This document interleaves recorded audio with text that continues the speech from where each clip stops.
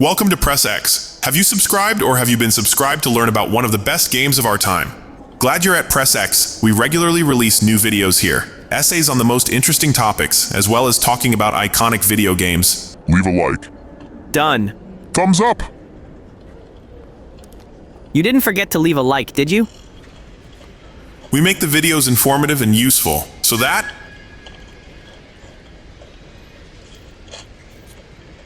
Be careful with the video. They've exactly used the 25th frame effect in it. I don't remember how I got here.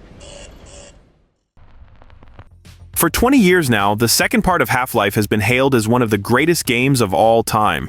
It continues to be mentioned in the media as a must-play masterpiece, a game with the perfect blend of shooter mechanics and puzzles, and as the game that will likely never receive a true sequel. After all, as everyone knows, Third Part and the company Valve seem fundamentally incompatible.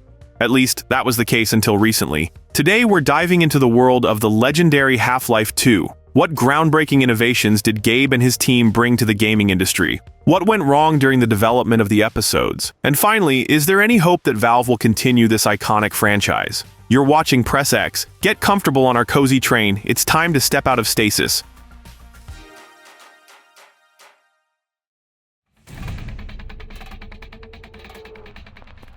What is the key to a successful sequel to a good game? Usually it's enough to give the fans the same thing, just more and in a slightly modified form. This is often how movies succeed. Terminator 2 is the perfect sequel to Terminator. The Dark Knight builds brilliantly on Batman Begins, and Spider-Man Web of Universes is arguably better than Spider-Man Across Universes, though this is debatable. Games tend to follow the same principle. So, after the successful release of Half-Life in 1998, Gabe Newell and Valve Studio began thinking about a sequel. Usually it takes studios anywhere from a year to a few years to create a sequel to a successful game, but Gabe knew that if he was going to create a sequel to Half-Life, it had to be perfect. He believed that players would wait as long as necessary if they knew the result would be a masterpiece. If you've watched our video dedicated to the first part of the game, you know how much Gabe Newell loves to revolutionize any field he works in. For him, every project must be groundbreaking, offering players something innovative and technologically advanced. And Half-Life 2 is no exception. Compared to the first game, it was meant to be a completely different experience. This ambition meant Valve's development process took much longer than just a couple of years. Why spend 4 years of your life building something that isn't innovative and is basically pointless? If Half-Life 2 isn't viewed as the best PC game of all time, it's going to completely burn out most of the guys on this team. Work on Half-Life 2 began in June 1999, 6 months after the release of the original Half-Life, with a team of 82 people. Later, as voice actors joined the design and programming team, the number of people involved in the project grew to 100. Gabe Newell set no deadlines for the team and placed virtually no limits on the budget, even promising to finance the project himself, if necessary. For the sequel, the team wanted to create something more epic and expansive than the confined corridors and rooms of the Black Mesa research facility. The first concept they came up with involved the player teleporting between planets, but this idea was quickly abandoned because balancing the difficulty of these levels would have been too challenging. Then, the project's art director, Viktor Antonov, a native of Sofia, Bulgaria, suggested setting the game in an Eastern European city. The developers liked this concept, but don't think they immediately started building City 17. Initially, the idea was that the player would begin their journey aboard an icebreaker called the Borealis and travel to a city named Nova Prospekt. Nova Prospekt was originally envisioned as a small railway depot built on the site of an old prison in the wasteland, which eventually evolved from a simple transit point to the game's main destination. While Nova Prospekt did appear in the final version of Half-Life 2, the team ultimately wasted time on the Borealis, which, despite being almost finished, was cut from the game. We'll discuss this in more detail later. In fact, there were many ideas for the sequel during its early development stages, but a significant portion of them was discarded.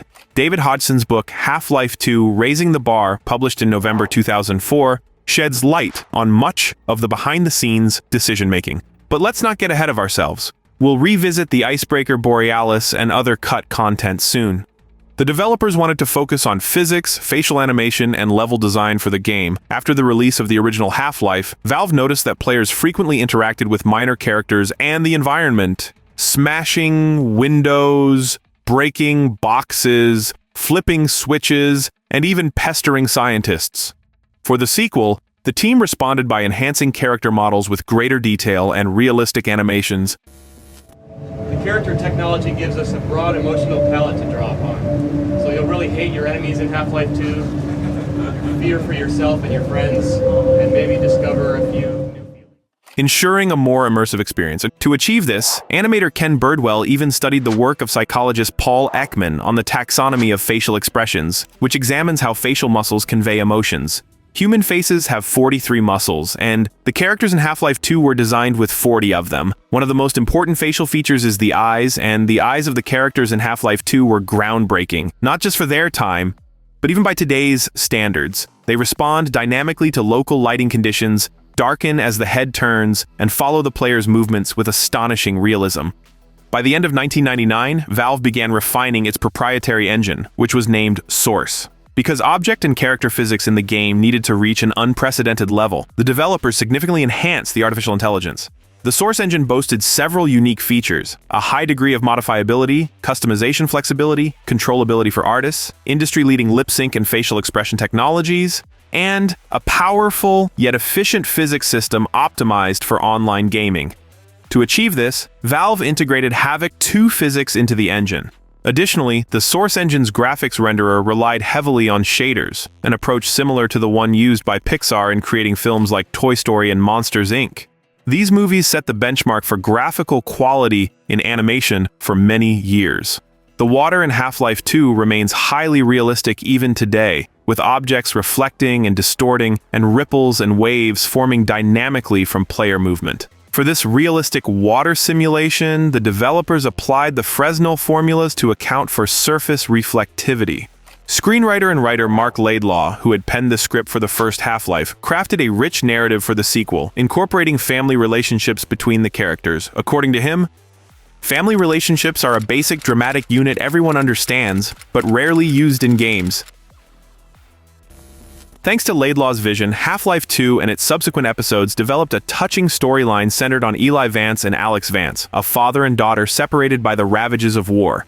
By 2000, the game's plot began to harden, so to speak, into the form the team eventually finalized. Set in a world ruled by the oppressive Combine, the developers turned their focus to designing enemies, allies, and some of the game's first maps.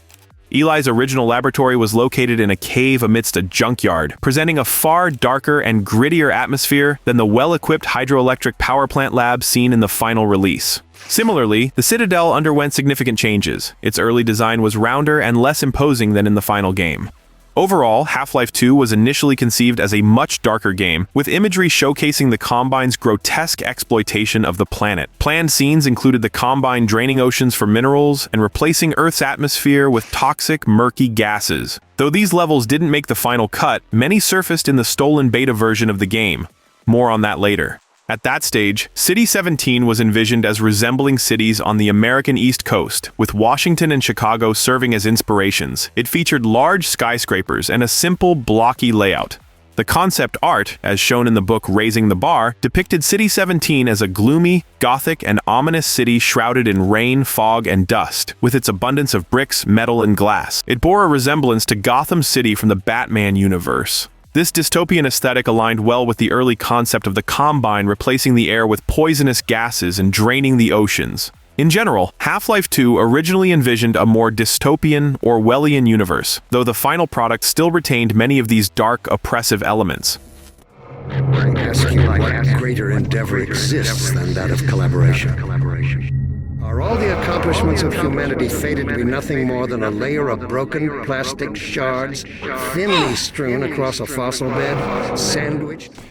Perhaps it's no secret that when creating a world enslaved by the Combine, the developers were inspired by George Orwell's novel 1984, as well as films like Blade Runner, City of Lost Children, and Avalon. In City 17, the presence of Big Brother looms over everyone, law enforcement is omnipresent, and citizens live under the illusion that their lives are well and safe. In the initial designs, the Combine relied heavily on repurposing existing human structures and materials rather than introducing their own technologies. For example, an early version of the Citadel, the headquarters of the Combine government on Earth, had walls covered in tiles, giving it a more grounded, human-built appearance. At the planning stage, the player's journey was excessively long, stretching the plot thin. While the team spent significant time developing key characters, this focus was one of the main reasons substantial game content was cut. Entire chapters from the second half of the game and several City 17 levels were removed. However, some of these discarded elements were refined and later appeared in subsequent episodes of Half-Life 2. Character development wasn't the only factor behind the cuts, though. It's time to reveal the full story. Why did it take so long to develop Half-Life 2 despite the game being nearly complete by 2002? What challenges did the project face, and why were many of its most interesting ideas either abandoned or reworked? By early 2001, Gabe Newell had shifted his focus away from Half-Life 2 to oversee the creation of Steam, Valve's digital game distribution service. Initially designed as a client for updating Valve games, Steam soon expanded far beyond its original purpose. Newell planned to launch Steam alongside Half-Life 2, leaving the development team to work on the game largely unsupervised. During this period, the team explored the potential of the Source engine by integrating advanced physics and testing new gameplay ideas. One of their experiments was a mini-game called Zombie Basketball, where testers used a gravity cannon to hurl zombies through hoops. The success of these tests encouraged the developers, and by mid-2001, they created a test map simulating urban combat. This map featured rebellious citizens battling Metrocops with tanks, Molotov cocktails, and hand-to-hand combat. Level designer John Guthrie commented, "It was really just an early attempt at getting anything, in the game that used non-player characters and physics. In retrospect, we crammed a lot of technology into that demo." Convinced of the engine's capabilities, the team began work on a showreel for E3 2002. By winter, the demo video was complete, and the team presented it to their development manager. However, since Gabe was busy preparing for the Steam presentation at the Game Developers Conference, he didn't review the video until March 2002. When Gabe finally saw the demo, he was disappointed. The video showcased physics, the Borealis ship, and a dialogue-heavy scene with Dr. Kleiner, but Gabe felt it failed to highlight the gameplay potential of physics, and that the scene with Kleiner dragged on too long. He sent the video back for revision, which was a blow to the team's morale. However, during the revision process, they realized Gabe's feedback was valid. After refining the showreel, the team presented it to Jay Stelly, who oversaw the software, but he too was unimpressed. The team worked tirelessly, reworking the video overnight to meet both Stelly's and Newell's expectations. Finally, in September 2002, the team completed a second showreel. This version included a buggy race along the City 17 coastline, a headcrab encounter on the pier, an alien strider attacking the city, and a significantly shortened scene with Dr. Kleiner. The updated showreel satisfied the entire team. By October, Gabe ordered a gameplay trailer to be prepared for E3 2003, with the game itself scheduled for release later that year. Development followed the same process as the original Half-Life, with the team divided into cabals, responsible for different levels. Designers first built levels using simple geometric shapes and blank surfaces, which artists later refined. During this period, unfinished locations like the Wasteland and combined factories were cut, streamlining the game's scope. In February, Gabe officially announced that Half-Life 2 would release on September 30th, 2003. However, for most people, Half-Life 2 was nothing more than a rumor until its dazzling debut at E3 in May 2003. Valve prepared a fully playable demo for the event, and while visitors couldn't play it themselves, the excitement was palpable. At the exhibition, Half-Life 2 won the Game of the Show award, and after announcing the release date of Half-Life 2, Valve faced an unexpected setback. The game's release was postponed due to a significant security breach. In early September 2003, hackers infiltrated Valve's internal network via a zero-session exploit, leaking the game's source code online. Fans were waiting for the game to be released, but instead, on October 2nd, 2003, Valve CEO Gabe Newell publicly explained on the forums Half-Life2.net the events that Valve experienced due to the leak. He asked users to track down the culprits if possible, but the most interesting thing about Gabe's big message is the final part of the appeal to fans. What I'd appreciate is the assistance of the community in tracking this down.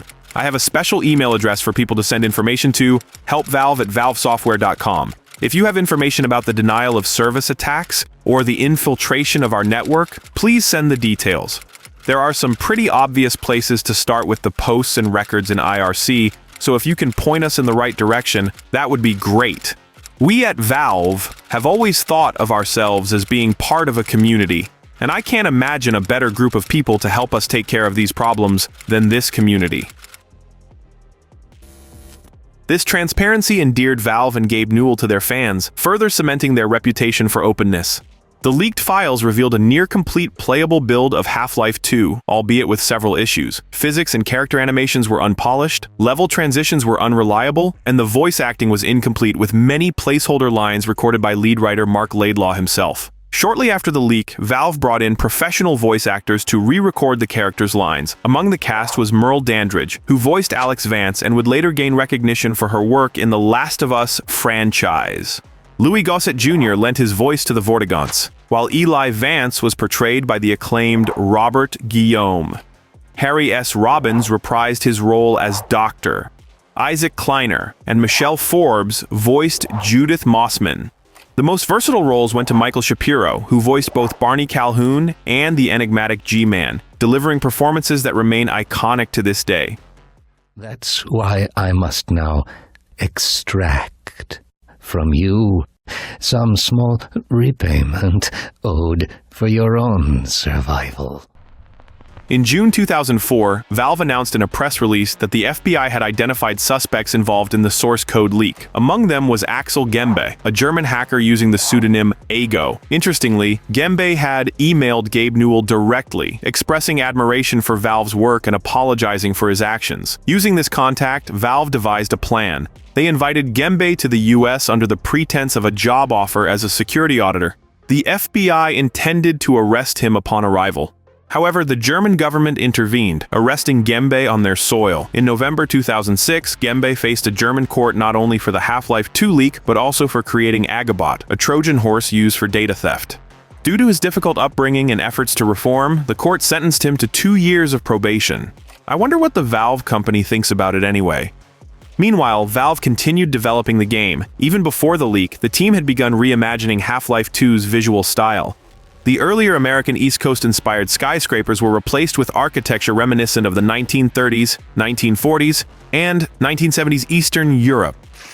This post-communist, totalitarian aesthetic perfectly aligned with the oppressive atmosphere of the Combine-controlled world.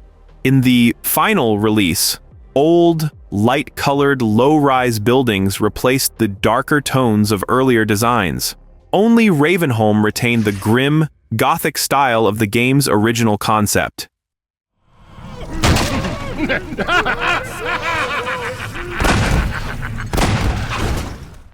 Despite Gabe Newell's insistence on a September 30th, 2003 release date, it became clear that the game wouldn't be ready in time. The team faced intense crunch periods as they worked tirelessly through the summer. By September, rumors of a delay began circulating, and the source code leak only compounded the challenges. Valve officially announced on September 23rd that the release had been pushed to the holiday season. Reflecting on the delays, Gabe Newell admitted the immense pressure caused by self-imposed deadlines. "We were paralyzed.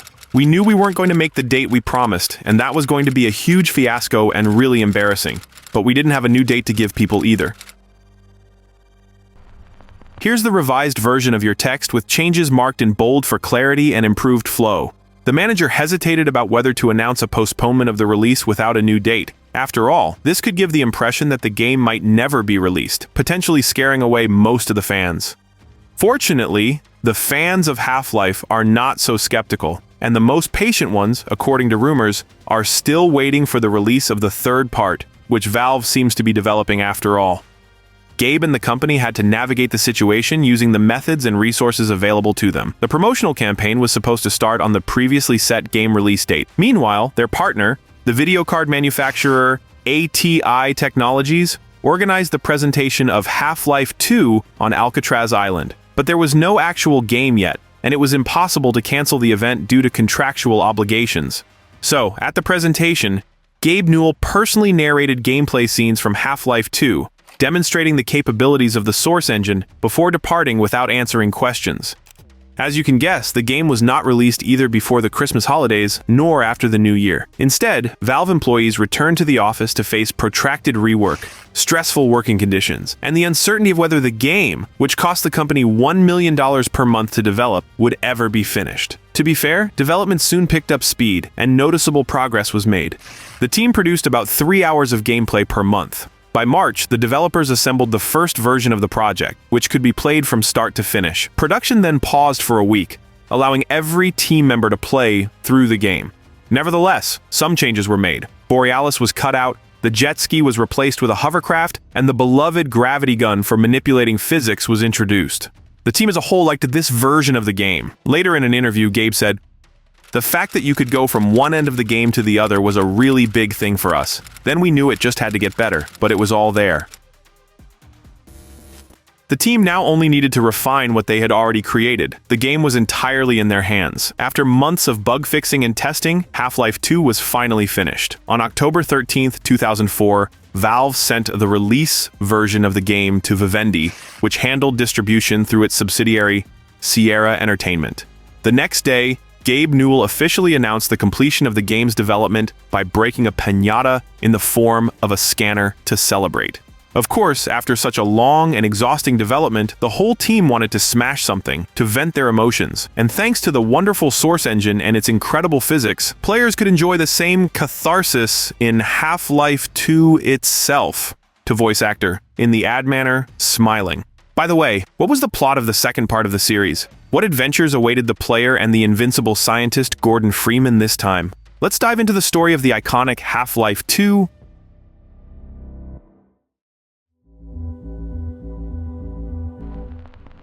"20 years have passed since the catastrophic disaster at the Black Mesa Research Facility. Gordon Freeman, who has been in stasis all this time after agreeing to assist the enigmatic G-Man once more, slowly regains consciousness. I can't help but wonder what Gordon was doing during those 20 years in stasis. How did he keep himself entertained? Anyway, the man in the blue suit wakes up as the train carrying him approaches City 17. The right man in the wrong place can make all the difference in the world. So wake up, Mr. Freeman."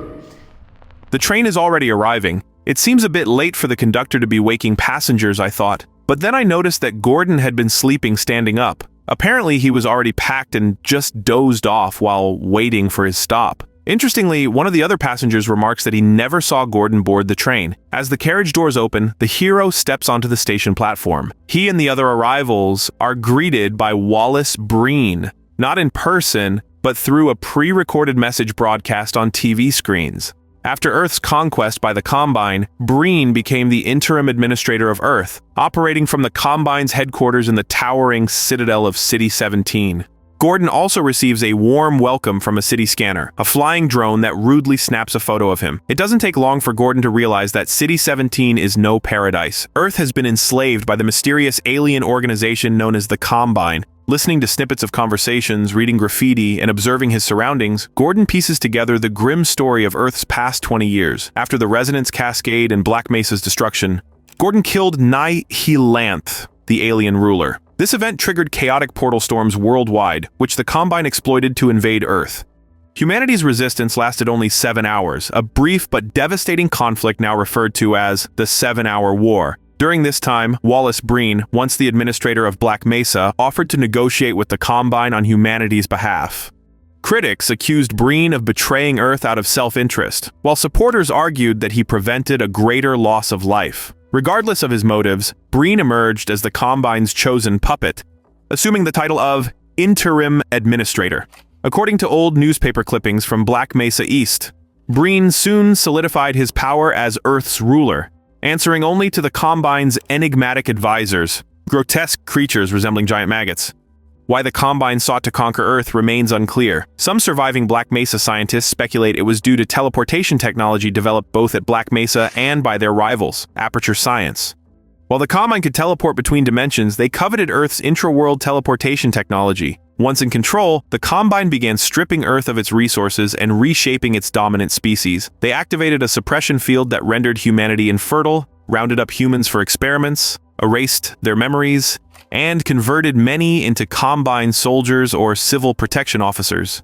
To Gordon, the situation looks bleak. At the City 17 train station, people appear frightened and hopeless. Some warn not to drink the local water, as it's rumored to be contaminated. Men are regularly taken away to unknown destinations. Security checkpoints and armed Combine officers dominate the cityscape. Gordon's first encounter with the Combine comes quickly. Metro cops stop him at a checkpoint and forcibly escort him to an interrogation room. The situation seems dire until a familiar face appears. The strict Metro cop turns out to be Barney Calhoun, Gordon's old friend and former Black Mesa security guard. He was the one who opened doors for Gordon in the original game and starred in Half-Life Blue Shift. Now a leader of the Resistance, Barney works undercover in civil protection to gather intelligence on the Combine. Using a makeshift communication device, Barney contacts Dr. Isaac Kleiner, another Black Mesa survivor, and arranges for Gordon to head to Kleiner's hidden lab. Gordon goes outside and, observing the same checkpoints and civilian inspections by civil protection, attempts to bypass them without making contact. Well, more accurately, if we can say so. Let me read a letter from Mr. Dear Dr. Green, why has the Combine seen fit to suppress our... This proves easy for him, since Gordon has remained silent ever since swallowing his tongue in the first part of the game. He enters one of the open buildings, but quickly notices that civil protection personnel are already patrolling the floors. So, he heads to the roof to avoid detection. Running across rooftops, the scientist climbs into a random open window, but is promptly caught by Metro cops, who surround him from two sides. Should have thrown that can in the trash! At this moment, the sharp and resourceful Alex Vance arrives to rescue Freeman. Alex, the daughter of Gordon's former Black Mesa colleague Eli Vance, is eager to support the Resistance, so she leads Gordon to Dr. Kleiner's lab. The doctor is thrilled to see Gordon, but it's clear that over the years he's become a bit of a mad scientist. Kleiner's lab is filled with teleportation experiments, a tamed Lamar head crab, and various strange glass vessels. But the doctor's greatest achievement, the catalyst for his teleportation experiments, is a fully operational teleportation device. According to Dr. Kleiner, the device is synchronized with a matching one located in the outskirts of City 17, where the Resistance's secret base is situated. Using his PhD from MIT, Freeman easily helps connect the device to the outlet, enabling Kleiner to teleport Alex to Black Mesa East to meet her father, Eli. Everything goes smoothly. Gordon then steps into the teleporter himself to follow. However, at that moment, Lamar the head crab emerges from the ventilation system and disrupts the device's operation. The teleporter malfunctions, and Gordon...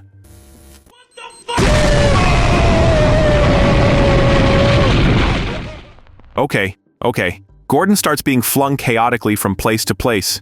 He appears in brief flashes in various, important for the plot, locations, even in Wallace Breen's office, until he finds himself outside Dr. Kleiner's laboratory window. The Combine City scanners immediately spot the scientist and notify all civil protection personnel about the dangerous regime violator. Barney steps out onto the terrace, throws Gordon his favorite crowbar, and warns him that he needs to escape City 17 as soon as possible. By moving through old channels, Gordon will be able to reach Eli Vance's lab. Full combat readiness is declared in the Citadel, and civil protection personnel emerge from every crack to hunt the scientist. Along the way, Gordon repeatedly encounters Vortigaunts, who, unlike in the first part, assist him in his journey. He is also closely monitored by his mysterious employer in the gray suit. The Vortigaunts hint that they know about G-Man and that he is observing everything, but they do not elaborate. After reaching the flooded suburban canals, contaminated with radioactive waste, Gordon finds a hovercraft and continues his journey on it. The Combine strongly hinders Freeman's progress, blocking channels and firing various weapons. Gordon endures it all. He would love to shoot back, but to do so, he would need to stop the transport and go ashore. At one of the Resistance bases, Gordon decides to mod his boat, and a local Vortigaunt technician welds a machine gun from a downed helicopter to the boat's hull. Now Gordon could tell all his opponents, which in plain language means, I have no obstacles in my way. Well, what else could Gordon say if he never talks? Eventually, Gordon arrives at Eastern Black Mesa, where he meets Judith Mossman. Before the Black Mesa incident, Dr. Mossman was a promising researcher. She applied for the same position at Black Mesa as Gordon Freeman, but lost out to him due to his extensive experience in Innsbruck and Isaac Kleiner's personal recommendation. After the Combine invasion, Judith became an important member of the Resistance at Eastern Black Mesa. She collaborates with Eli Vance to create scientific advancements designed to aid the Resistance in the war.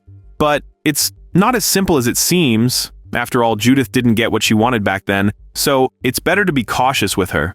Eli, of course, has also changed significantly during the war. Head has become rounder, face darker, his stubble... No, something else. It's like something catches Gordon's eye, but he can't quite figure it out. That's right, his leg. Eli lost his left leg somewhere along the way and now has a state-of-the-art prosthetic. At Eastern Black Mesa, the scientists continue to explore the nature of portals and develop a new weapon, the gravity gun. I wonder if they could invent a prosthetic tongue for Gordon. Anyway, Alex Vance teaches Gordon how to use the legendary gravity gun and introduces him to her faithful companion, the dog. The dog doesn't look much like a dog, as it's a 5-meter metal robot capable of terrifying enemies and flipping cars. However, the dog is quite friendly and will help Gordon and Alex more than once. This sweet moment of the scientist interacting with Alex and the dog is interrupted by the Combine, which has pinpointed the location of the Eastern Black Mesa laboratory and is storming it. Gordon flees the area, but the corridor collapses, separating him from the dog and Alex. Now, he must make his way through Ravenholm, an old abandoned mining town. At some point, the Combine bombarded the town with headcrab shells. Headcrab shells are commonly used by the Combine to suppress resistance pockets. Because of this, Ravenholm is literally crawling with zombies. The only surviving healthy person in the city is Father Grigori, the priest, who is also hard to call healthy. The man has, of course, gone insane and is now attempting to lead the flock of zombies. Fortunately, he is not completely lost and helps Gordon navigate through Ravenholm, where he must go. After passing through abandoned, headcrab-infested mines, Gordon emerges on the seashore in the suburbs of City 17. It's a real discovery for Gordon that antlions, predators from Zen, arrived on Earth during the Cascade Resonance. As a result of portal storms, antlions found their way to Earth. Hiding underground in the sand, they were able to survive and reproduce. They constantly hinder the scientists' progress until Gordon discovers antlion pheromones, small organic balls of bait that allow him to control the antlions. The Vortigaunts are knowledgeable about this, which helps Gordon acquire the pheromones. After traveling part of the coast along an old railroad, Freeman finds a small rebel base. He assists them in fending off the Combine forces and is rewarded with a buggy with a cannon as a token of appreciation. Through a video link, Alex Vance asks Gordon to save her father, who has been captured by the Combine and imprisoned in Nova Prospect. Like a true hero, Gordon climbs into the buggy and races along the coast. On the way, he visits St. Olga, a small fishing village that the Combine has been shelling with headcrab shells. Gordon learns from a local fisherman that the Combine has occupied a monastery atop a cliff and is firing artillery from there. Gordon successfully destroys the artillery installation in the temple, and the fisherman expresses his gratitude. Continuing along the coast, Gordon stumbles upon the Antlion King and defeats him. A Vortigaunt from the resistance base then gives Gordon the pheromones, allowing him to stop the Antlions from attacking and direct them at his enemies instead. Gordon proceeds through the Combine bases, decimating anyone who stands in his way. He's no longer just a tough nut from the first part of the game, but a real Rambo.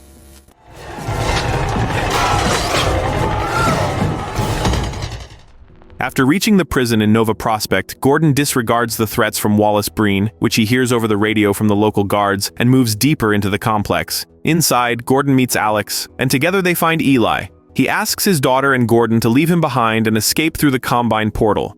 Alex can't bear to leave her father, so she tries to free his capsule. Suddenly, Dr. Judith Mossman appears on the computer screen, revealing that she is an undercover agent for the Combine. She was the one who betrayed the location of Eastern Black Mesa to the Combine and stole the teleportation technology for them.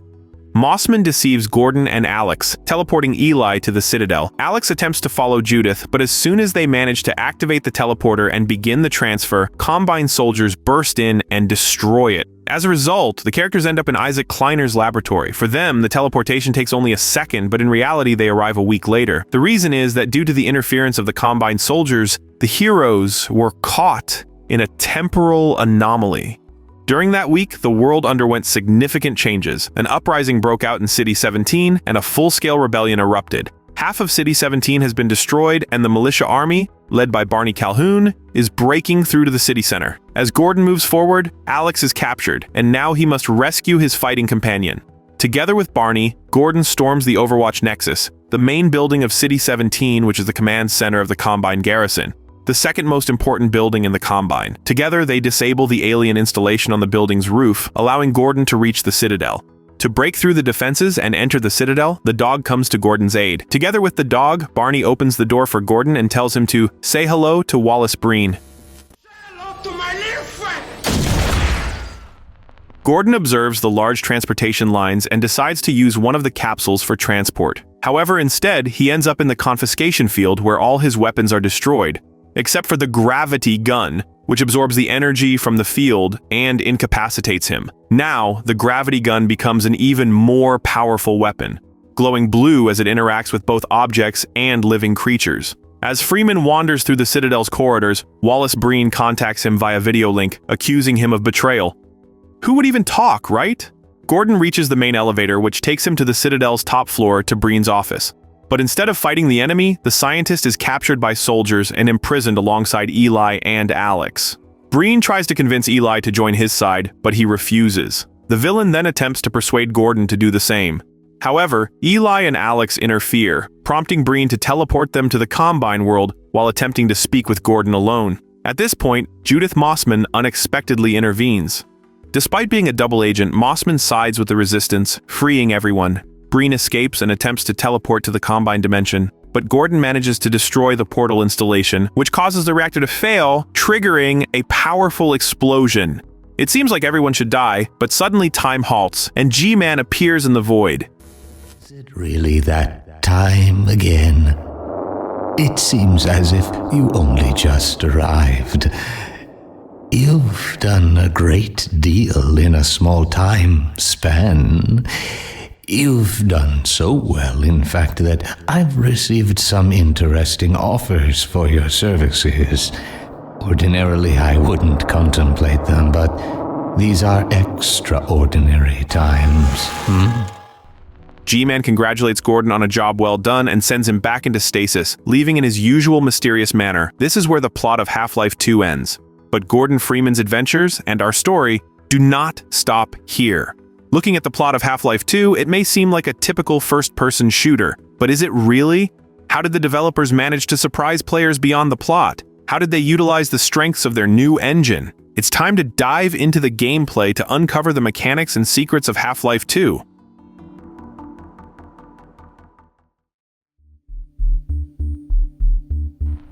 The gameplay of Half-Life 2 resembles that of the original Half-Life. However, you wouldn't expect Valve to leave it unchanged. Instead, they innovated significantly. The gameplay not only retained the best elements of the original, but also presented them with a new flavor, so to speak. First of all, it's important to note that while the sequel continues the story of Black Mesa and Dr. Freeman, it doesn't require a full understanding of the first game to enjoy. You can play it without having experienced the original Half-Life and still not miss anything critical, aside from a couple of cool references. As in the first game, players traverse a series of linear levels, battling the transhuman Combine soldiers and hostile alien creatures. However, these shootouts and obstacle courses are interspersed with smoother gameplay elements, like boat rides and buggy sections. These sequences are skillfully balanced by quieter moments, where players solve puzzles and enjoy a much-needed break from the action. The puzzles, made possible by the enhanced capabilities of the new game engine, became a standout feature of Half-Life 2. During engine testing on a map filled with various interactive elements, the developers discovered the entertaining potential of the gravity gun. Many of these experimental scenarios were so engaging that they were included in the game as puzzles. One of Valve's partners, Gearbox game designer and director Randy Pitchford, commented, "When Gabe Newell's team discovers something new and fun, they instinctively think about how to share it with the player. This sets them apart from others. For example, ID Software would never do something like this. For them, giving the player control over a particular feature is like giving them too much power." The level of interactivity in Half-Life 2 significantly surpassed that of the original. The very first courtyard of City 17 acts as a testing ground, letting players experiment with the game's innovations. Swinging objects, throwing bricks, smashing bottles, essentially playing with physics. Statistics showed that players spent considerable time in this small location. Valve later adopted a similar approach in Half-Life, Alex, designing its starting area as an interactive playground featuring drawing boards, liquid physics, and object interactions. But let's return to Half-Life 2. In this game, players can manipulate small objects manually, while larger ones are handled using the gravity gun. This device became as iconic in Half-Life 2 as the crowbar was in the original game. With the gravity gun, players could hurl crates and explosive barrels at enemies, catch and return grenades, and move objects to access new areas or solve puzzles. Despite the repetitive nature of such interactions, the gameplay never becomes dull. Each encounter feels unique, and the game often hints at creative solutions. For instance, finding a box of grenades nearby suggests it's a good time to use them. Entertainment may be compromised. The sound design in Half-Life 2 is exceptional, enabling players to identify threats by their distinct audio cues, whether it's Combine soldiers, spinning saw blades, an armed mine, or an awakening zombie. Materials produce unique sounds when interacted with. Boxes splinter, metal clangs, and glass shatters in its own way. Even objects falling into water create authentic audio effects. The game's soundtrack was composed by Kelly Bailey, a Canadian-American sound designer and composer who also worked on the original Half-Life. Interestingly, Bailey was one of 4 Valve employees, along with David Spearer, Eric Kirchmer, and Greg Coomer, whose face helped shape the appearance of Gordon Freeman in promotional materials. Bailey crafted the entire audio experience for the game. The soundtrack of Half-Life 2 features a mix of tracks from the original game and new atmospheric compositions in industrial and ambient genres, with rock pieces accompanying action-packed scenes.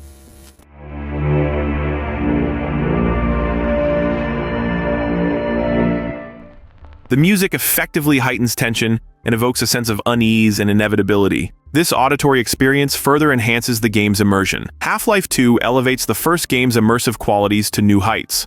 Secondary characters not only interact with each other, but also acknowledge the player directly. Additionally, Half-Life 2 avoids breaking immersion with pre-rendered cutscenes or intrusive text pop-ups. The player's HUD remains minimal, displaying only essential indicators for health, suit energy, and ammunition. The game throws you directly into its narrative, where atmospheric music perfectly complements the unfolding action.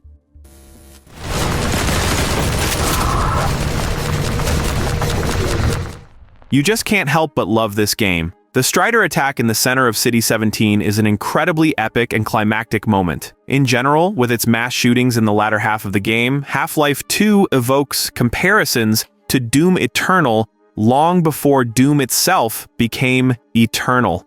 The game constantly pushes the player to think and stay on the move. The enemies in Half-Life 2 are far from mindless dummies who simply hide behind cover or charge blindly at you. They operate in groups, dodge shots, throw grenades, reposition across the map, and can even knock over automatic turrets set up by the player. The enemies are genuinely dangerous and can catch the player off guard. Shooting them feels both challenging and precise. Simply standing still and exchanging fire isn't always the best option. Still, Half-Life 2 is a shooter, and for players who love to shoot, the game offers a versatile arsenal. All weapons in the game can be divided into 3 types: unique, utilitarian, and standard firearms. Utilitarian weapons include the crowbar and zero-point energy field manipulator, also known as the gravity gun, which is used not only in combat, but also for solving puzzles. Among the standard firearms, the pistols are some of the first weapons the player encounters. The USP match is Gordon's trusty sidearm early on in City 17, while the Colt Python revolver, often called Magnum 357, is the most powerful and precise firearm in the series, capable of taking down most enemies with a single shot. The second category of firearms includes the MP7 compact automatic submachine gun and the Overwatch standard issue pulse rifle OSIPR. The submachine gun has a high rate of fire, low accuracy, and limited damage, but comes with a useful grenade launcher. The pulse rifle, on the other hand, is a Combine-engineered assault weapon issued to patrol soldiers, including elite units. It deals more damage than the MP7 and features an energy ball launcher. These energy balls can ricochet off surfaces and destroy almost anything in their path.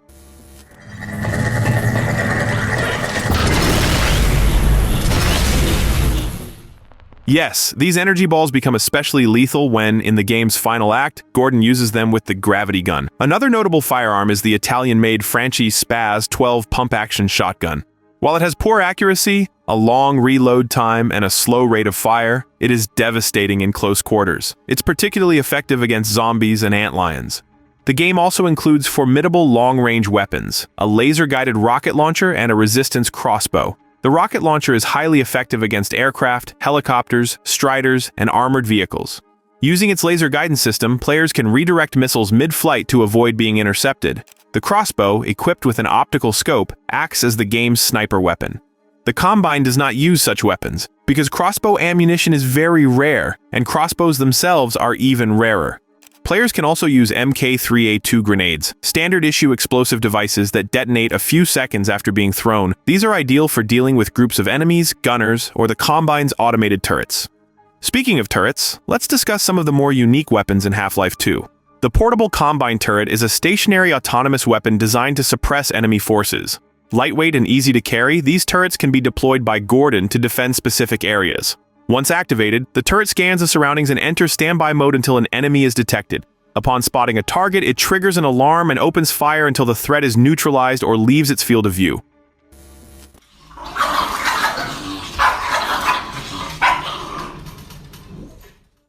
Another unique weapon is the pheropods, also known as bug bait. These are glandular secretions harvested from dead myrmidons, allowing Gordon to control Antlion's soldiers. He can command them to attack enemies.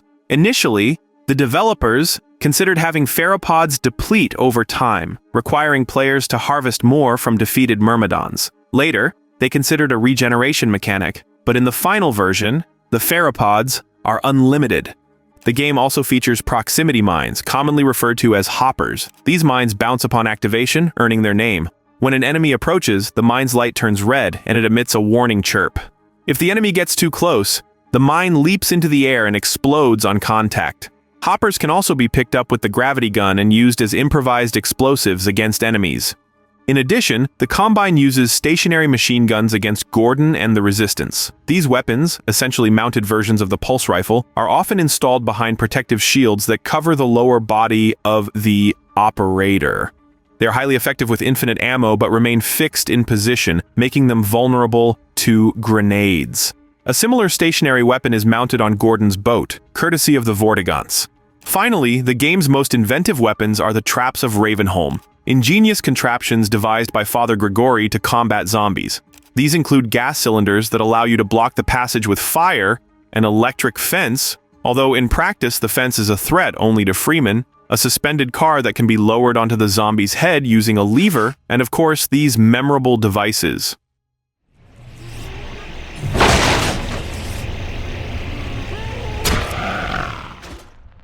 The range of enemies in the game is also large, although you won't be able to shoot in all of them. For example, the Combine uses armored personnel carriers and hunter helicopters to move and attack. They look like alien-modified human technology. However, above all, the Combine prefers synths, creatures transformed into Combine war machines. The armor protects the synths from any bullets, and the weapons capable of piercing their armor are mostly explosive. RPGs, a grenade launcher, or energy balls, since they are clumps of dark energy. Actually, the Combine uses Combine Dropship as a vertical takeoff and landing vehicle. The rebels often call it a transporter. This is a multi-purpose, heavily armored synth for the rapid transfer of Combine forces to hotspots. The transporters themselves do not have weapons and do not attack the player. If the Combine's goal is to suppress the enemy, they use Combine Gunship, something like a combat helicopter, which in its design resembles an insect and a crustacean. Its armament includes a frontal rapid-fire pulse cannon and an annihilator, which is located at the bottom of the synth in front of the jet engines. However, this weapon is never used in the game. By the way, 2 more Combine synths that can be seen in the game, but which have not yet been activated, are the Crab Synth and Mortar Synth. They can be seen on the assembly line in Citadel City 17, closer to the end of the game. The Crab Synth is designed for ground combat and the Mortar Synth for air, but for all the time in the Half-Life series, the player sees them for the first and last time. Initially, in the old plot, the Mortar Synth was supposed to act as a full-fledged enemy, meeting Gordon in the Citadel and during the Uprising. The Mortar, along with the Crab and the Dropship, is probably one of the earliest synths created at a time when they all had a red-brown color palette and did not have the Combine emblems. But in the release version, the design was improved by Ted Backman, who added dull blue tones to the object. Another truly dangerous Combine synth is the Strider, a heavily armored tall robot resembling a 3-legged beetle. A rotating pulse turret is mounted on its nose, and a large annihilating cannon is suspended directly under the body. The turret hits all opponents indiscriminately, but the warp cannon is used quite rarely against large objects, but the player must be prepared that the warp cannon will disintegrate him at the first hit. The Strider is the main heavily armored assault unit of the Combine. The Combine also uses scanners, and if the city scanner, known as the Type 1 scanner, does not pose any particular danger to the player, it is lightly armored and equipped only with spotlights and cameras used for photo and video shooting. Then the Type 2 scanner, also known as the Shield scanner, is dangerous for the player. It is an armored synth and is used by the Combine forces to transport mine hoppers to combat areas. It can also be a gunner for striders, telling them the location of targets and shelters. Also, in addition to scanners, the Combine uses roller mines and manhacks. Roller mines are self-moving stun guns resembling a ball in shape. The devices have a motion sensor and are able to identify the target. When identifying a target as an enemy, the mine rushes to the target, opens up, and attacks with high-voltage electrical discharges. Also, using electromagnets, this mine can be attached to vehicles, significantly impeding movement and causing damage to the crew with its discharges. The mines are best revealed in the sequel Half-Life 2, when the devices are reconfigured by Alex.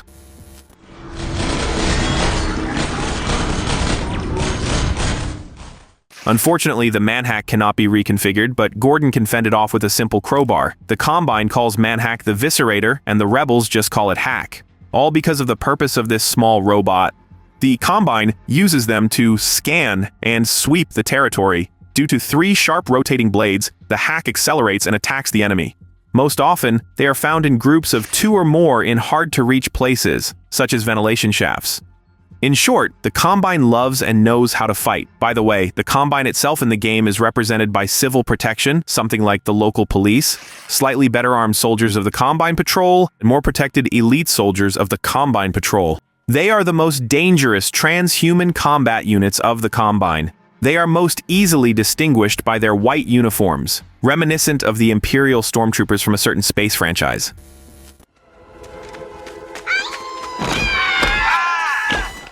Initially, the Combine also had super soldiers, also known as the elite of the Combine.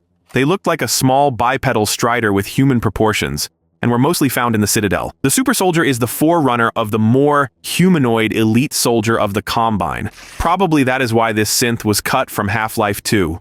Among the soldiers of the Combine, there are also snipers of the Combine Patrol, but in fact, this is an ordinary soldier with a sniper rifle. He himself is not even really visible in the game, but only the blue beam of the rifle's guidance gives away the sniper's position. It's funny that if the sniper loses sight of the player, he tries to destroy possible shelters around. And if there is an explosive barrel nearby, the sniper will try to damage the player by blowing it up. Civil protection often uses exploding barrels against civilians, and not just against freemen. The burnt bodies encountered by the scientist are proof of this. The Combine advisors, Shu'ulathoi and Vortigaunt language, already mentioned at the beginning of the video, command all this parade. Obviously, they are the patrons of the entire organization, and in their appearance, they resemble large pale larvae equipped with various technological implants.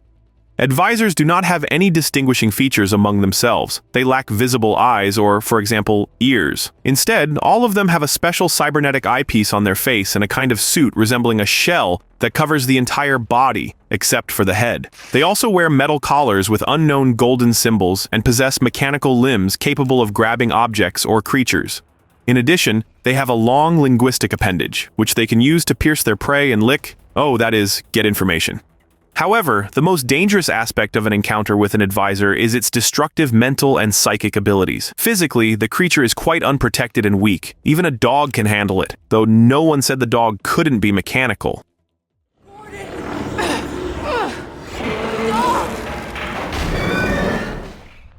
Did you know that initially, in an early version of the game, the Combine had female representatives dressed in similar costumes? The Combine Assassin, also known as the Female Assassin, was intended as the successor to the Black Operative from Half-Life until she was cut from Half-Life 2. The Combine Assassin was armed with a pair of automatic pistols and several knives, and also had a range of hand-to-hand attacks. She was a fast, resilient opponent who moved quickly, performing flips, rolls, and other acrobatic maneuvers. She wore springs on her feet that enhanced her movement and speed. At the moment of her death, the glow on the assassin's helmet would slowly fade. The Borealis Icebreaker, which was also cut from the game, contained 5 capsules with frozen Combine assassins. Although the character was completely removed from the final version of the game, some parts of the female assassin model were reused. The helmet was repurposed for the elite soldiers of the Combine in Half-Life 2 and its episodes, while the springs inspired the improved knee replacements in Portal and their successors, the jumper boots in Portal 2. But we'll discuss the history of the Portal series in a separate video, so let us know in the comments if you're interested in the fate of Aperture Science. As you may have noticed, many elements were cut from the game, from weapons and characters to entire levels. The release version of Half-Life 2 is beautiful and widely regarded as one of the best action games of its time. It features one of the most elaborate worlds and captivating stories in gaming history. But how much content was actually cut? it's time to take a look at a slightly different Half-Life 2, or rather, to imagine how expansive and multifaceted it could have been.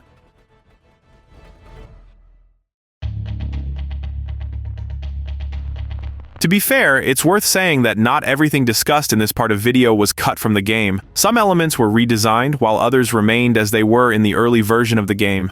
Based on the early version of Half-Life 2, there were supposed to be significantly more monsters than in the final release. Some classics, such as the Hound Eye and Bull Squid, were supposed to return from the first game, but there were also a few brand new monsters, such as the Tripod Hopper. Unfortunately, the Tripod Hopper's development did not go beyond the concept stage, but the concept art itself looks terrifying. I think you can guess what this hairy creature on 3 legs was supposed to represent. It was yet another example of the sexual subtext present in some creatures created by art director and concept artist Ted Backman, much like the infamous Mr. Friendly cut from Half-Life, or the Gonarch. I hope you haven't forgotten what the Gonarch looked like. One of the least known cut enemies is a creature known as the Particle Storm. The only evidence of its existence is a folder labeled Particle Storm and remnants of early dialogue for Eli, then referred to as Eli Maxwell.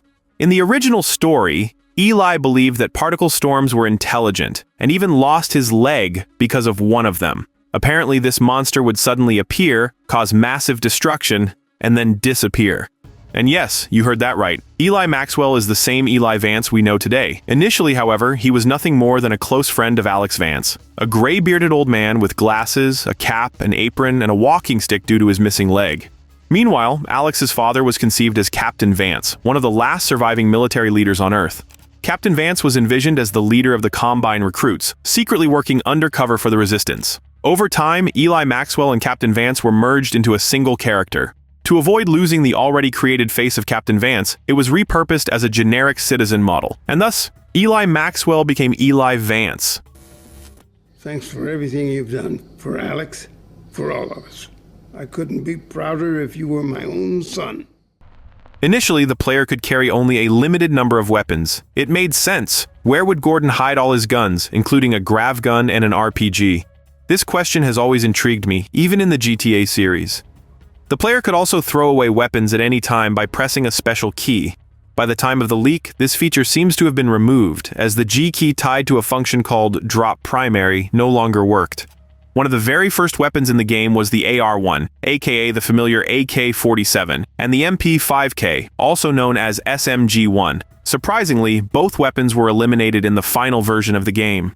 In the early version, the AK-47 model, inspired by a real Kalashnikov assault rifle, had no animations.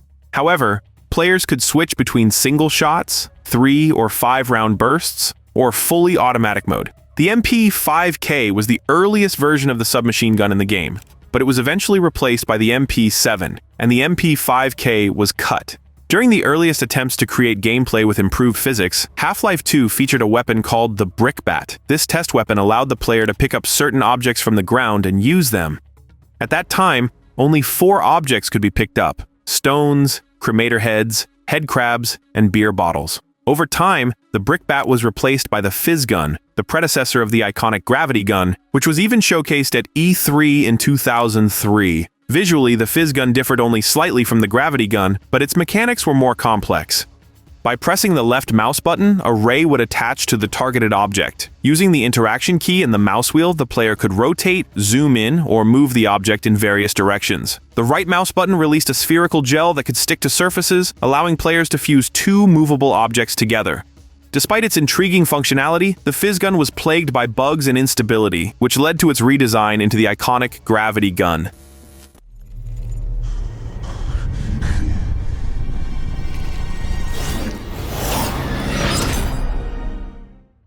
You probably wondered, who are the Cremators? Cremators were another cut concept from Half-Life 2. They were envisioned as janitors for the Combine, tasked with cleaning corpses from the streets of City 17, clearing trains from the wasteland of invasive fauna, and patrolling areas like railway depots.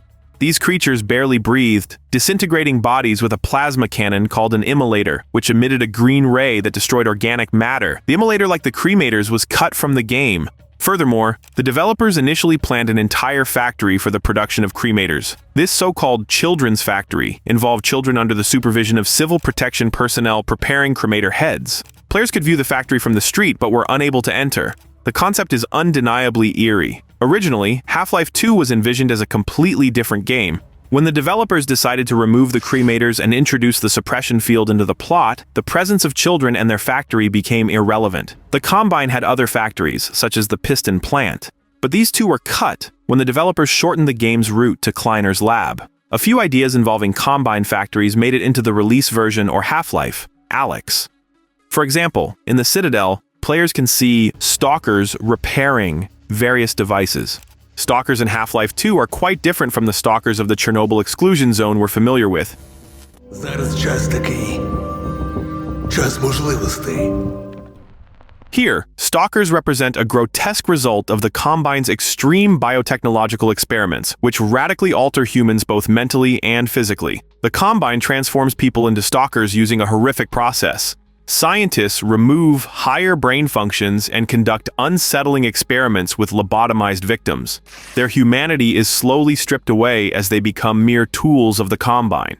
The appearance of stalkers is as horrifying as their fate. They have gray, smooth, emaciated bodies with virtually no muscle or fat.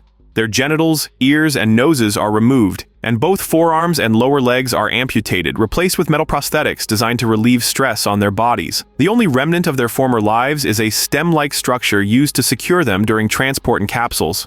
Stalkers cannot speak, but can wheeze and scream, suggesting that their larynx is still intact, but heavily altered.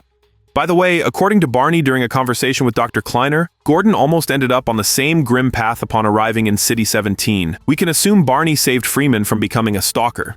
There were other, slightly less significant, but still interesting changes in the game. For instance, Alex Vance initially wore a futuristic jumpsuit and a green jacket. However, this character design was abandoned before the E3 demo version. In the early stages of development, Alex was accompanied by an alien pet named Skitch, also referred to as the Snitch. The origin of this alien is unknown, but the character was ultimately replaced by Dog. Skitch was envisioned as a creature with long, venomous teeth. In the book Half-Life 2, Raising the Bar, Mark Laidlaw described an encounter with Skitch during Alex's introduction to Gordon. "Don't move," said the person above him.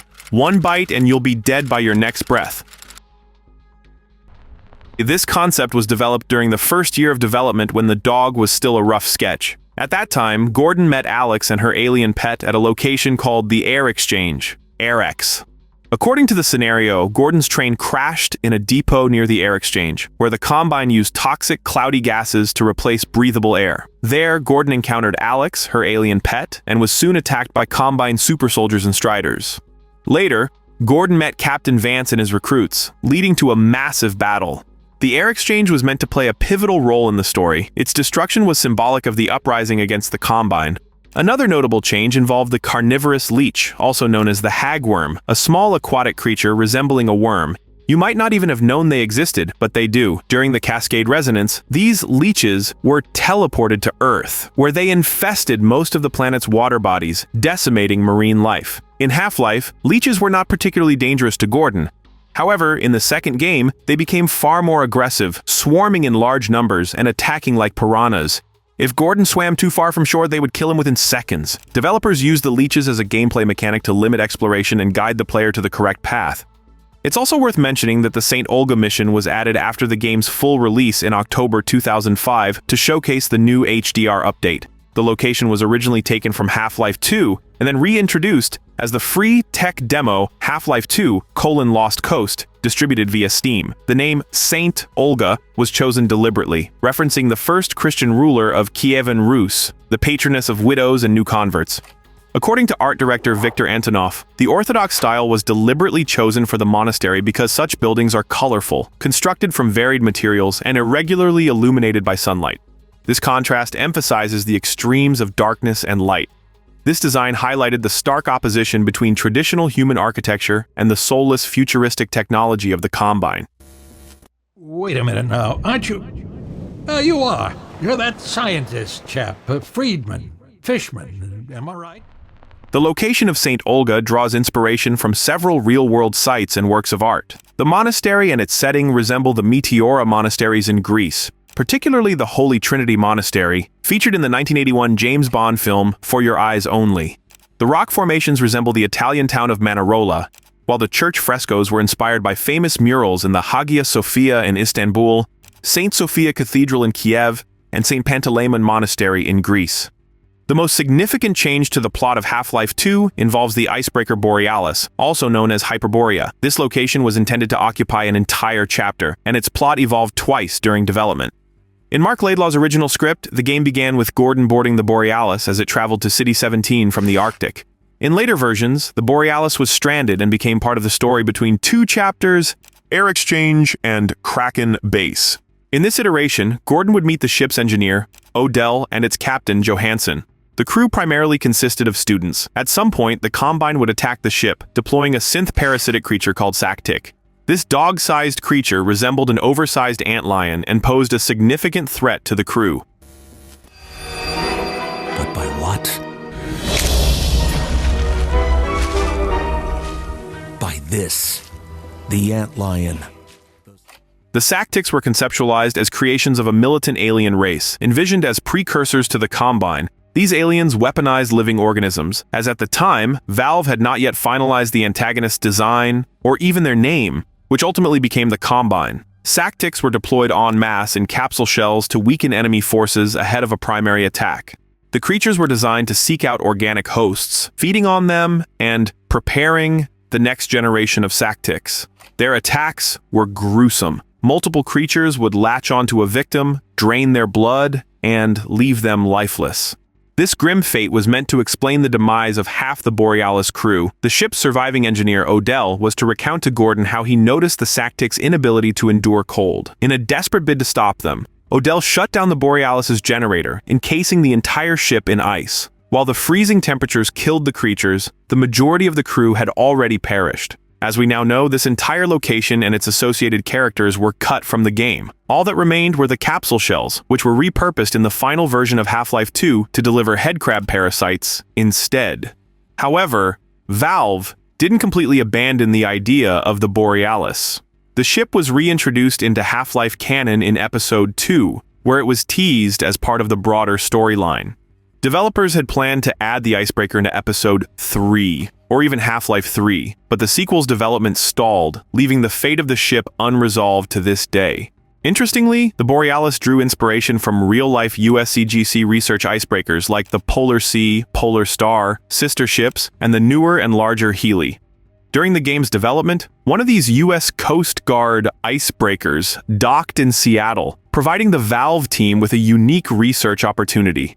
Some crew members who were fans of the original Half-Life welcomed the developers aboard and offered them full access to the ship.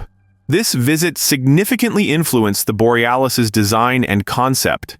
There's so much to uncover about Half-Life 2, not only in terms of the game that was released, but also the version that could have been. Exploring fan theories alone could fill hours of discussion, and yet the richness of Half-Life's world means there's still plenty more to explore. As we continue our journey through the history of this legendary series, let's now examine how the highly anticipated Half-Life 2 release unfolded and where it ultimately led the franchise. But before we dive in, don't forget to subscribe to our channel if you're enjoying our videos. Click the bell to stay updated. We promise not to overload you with notifications, but to keep delivering engaging content. Become part of the PressX community and let's continue exploring the story behind one of gaming's greatest legacies.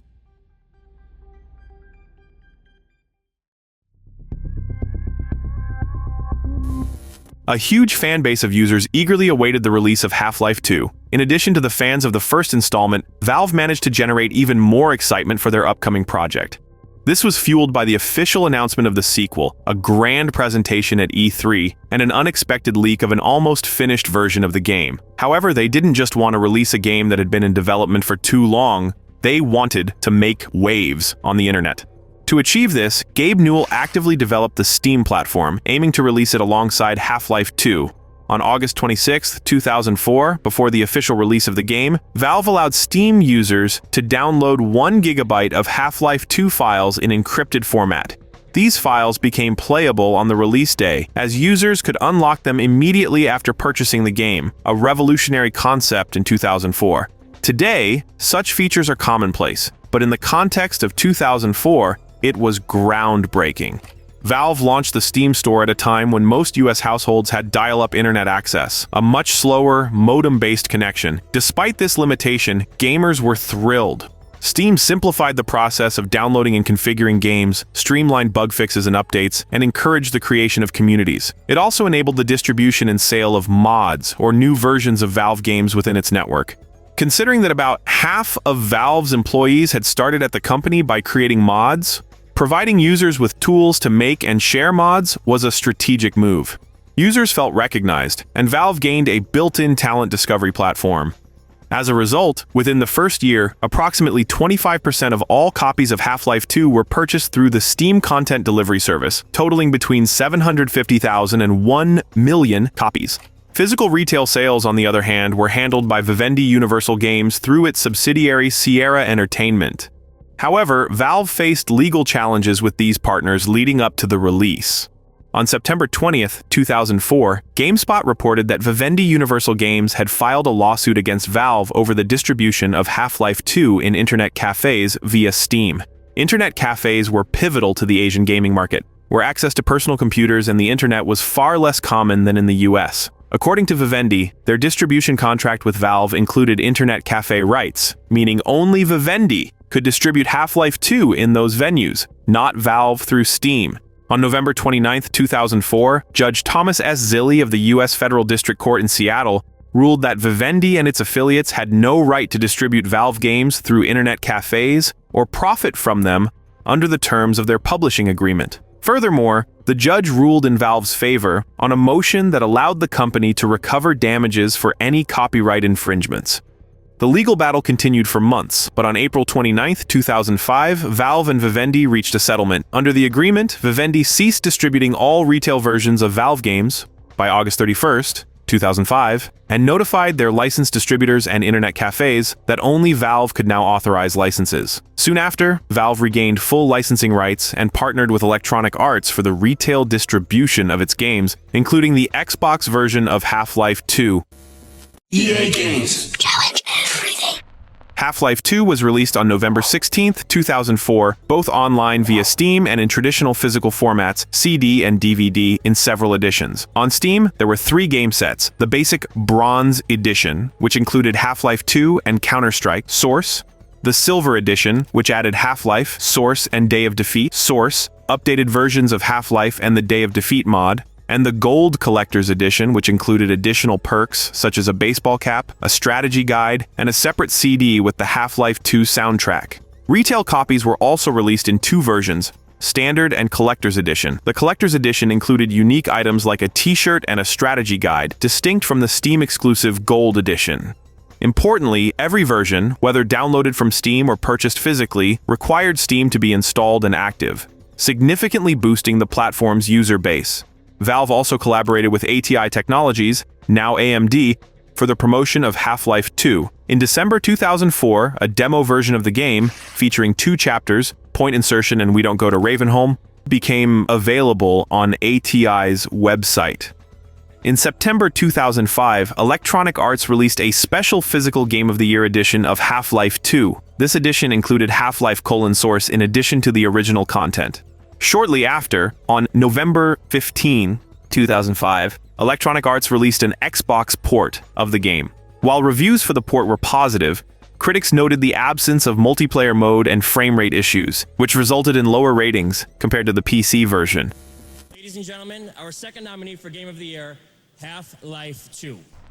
Half-Life 2 has become and remains one of the most highly rated video games in history. Most major game reviewers gave it scores in the range of 90 to 100%. Half-Life 2, with a score of 96, ranks second in the rating of universal recognition on Metacritic among PC games. It is followed by the first Half-Life and the Orange Box, which was released later, so we will discuss it at a later point. Half-Life 2 has received more than 35 Game of the Year awards. Among these are IGN's Game of the Year, GameSpot's Award for Best Shooter, GameSpot's Reader's Choice Award, PC Game of the Year by the Academy of Interactive Arts and Sciences, and Best Game from the Game Developers' Choice Awards, where it was also awarded for technology, characters, and script. The game also performed exceptionally well at the 2004 BAFTA Games Awards, winning 6 awards, more than any other game that night. Half-Life 2 received the awards for Best Game and Best Online Game. In addition, Half-Life 2 won the Game of the Decade award at Spike's 2012 Video Game Awards and was recognized as one of the best games of the decade by many critics. The online video game portal Video Game Canon rates Half-Life 2 as one of the best games of all time. Even the Guinness World Records awarded Half-Life 2 a world record in the category Most Highly Rated Shooter, according to PC Gamer magazine and Guinness World Records Gamers Edition 2008. Additionally, 2 more lesser-known but interesting records were awarded to Half-Life 2 in the book: the first game with a gravity gun and the first PC game with developer comments. That I think is the reason that Half-Life 2 has been so successful is a function of the choice that we made very much to respect gamers, their preferences, their complexities, to try to continue to push forward the boundaries of what defines a game in terms of immersive, enjoyable experiences. That for us has always been the cornerstone. Anytime we found ourselves wrestling with difficult issues about how to design or produce games, it's always been by going back to that core. What is it that gamers think? How do they behave? What are their expectations? Half-Life 2 was received extremely positively by the public in terms of reviews, recognition, and sales. Critics praised it for its achievements in computer animation, sound, storytelling, computer graphics, artificial intelligence, and physics. When sales figures were last announced in 2011, 12 million copies were sold at retail for PC and Xbox. The final sales of the game have not been disclosed, but they may total more than 15 million copies, including retail and Steam sales. By 2011, Valve was on track for its most successful year in history, with a 200% increase in capitalization compared to the previous year. According to Newell, Valve was more profitable per employee than Google and Apple. There were rumors that an unknown buyer had even made an offer to acquire the company and part of Steam, but Newell refused. However, let's not get ahead of ourselves. At the end of 2005, Valve released a 64-bit version of the source engine for Windows systems based on x84 processors. According to Gabe Newell himself, this was an important step in the evolution of game content and tools, and the game's performance significantly improved after the update. With this, work on the release and fixes of Half-Life 2 was effectively completed, and the developers could finally move on to other projects. But no. In fact, they could not, because the finale of Half-Life 2 was left open-ended, raising several unanswered questions for players. So, almost immediately, Valve began working on 2 expansions to the game, titled Half-Life 2 Episode 1 and Half-Life 2 Episode 2. Half-Life 2 will probably remain among the top 10 games of all time for decades to come. Released in 2004, the game was literally ahead of its time. It has become so revolutionary that its graphics, textures of locations, and objects still look decent. What can we say about physics and the potential for player interaction with the world? And this is despite the fact that Half-Life 2 is primarily a shooter. And this interaction with objects like break a board and then pick up a chip that is broken off from 2 pieces is a level that not all projects can reach today. Yes, even Valve canceled the 3rd part of the game, fearing not to surpass its extremely successful sequel. Of course, the thrill and care with which they developed their main brainchild deserves special respect.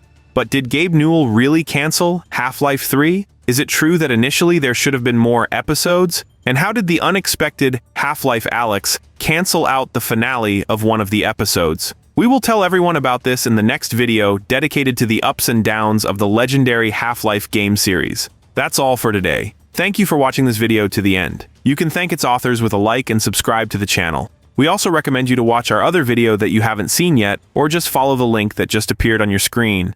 As always, PressX was with you. See you soon.